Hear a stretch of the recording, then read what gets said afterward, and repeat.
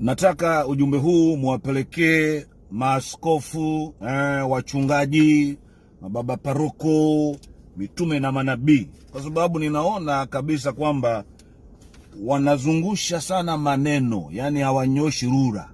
Hawanyoshi rura. Nataka ujumbe huu wafikie. Nina mistari mitatu hapa. Nina Biblia yangu ya zamani. Katika gari langu hili huwa naweka Biblia. Magari yangu yote naweka, kuna Biblia ya Kiswahili, Kiingereza, naweka Biblia. Hii Biblia kwangu nataka nisome maeneo matatu, kwa sababu naona watumishi wa Mungu wanazungusha sana maneno, na haya ambayo nataka niyazungumza, watumishi wa Mungu muambie wanasiasa wote kabisa, muambie maneno.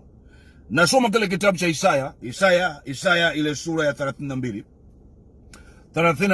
ule mstari wangapi? Wa 17. Anasema, na kazi ya haki itakuwa amani. Kazi ya haki itakuwa amani. Unasikia vizuri? Nisikilize. Unapoona klipu zangu wewe sikiliza tu, utapata manufaa. Na kazi ya haki itakuwa amani, na mazao ya haki yatakuwa ni utulivu na matumaini daima. Mazao, kuna kazi na kuna mazao. Biblia Kizungu inazungumza pale kwenye kazi, haisemi kazi, inasema the fruit of righteousness. Anasema will be peace. Yani tunda la haki, unasikia, itakuwa ni amani. Yani amani ni tunda la haki. Kwa lugha nyepesi ni kwamba ndani ya haki kuna tunda linaitwa amani. Kwa hiyo unapotaka amani, usizungumzie habari ya amani. Sio tunaambiana jamani tuombee amani, tunaombea amani kutoka wapi? Unaombea amani kutoka wapi? Wakati Mwenyezi Mungu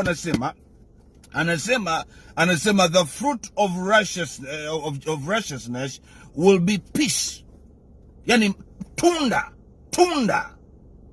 la haki. Tunda la haki itakuwa nini? Ni amani. Alafu anasema hapa, anasema na mazao ya haki yatakuwa ni utulivu na matumaini daima. Katika Kizungu inasema mazao unakuwa uelewi. Inasema the effect of righteousness. The effect of righteousness shall be, anasema shall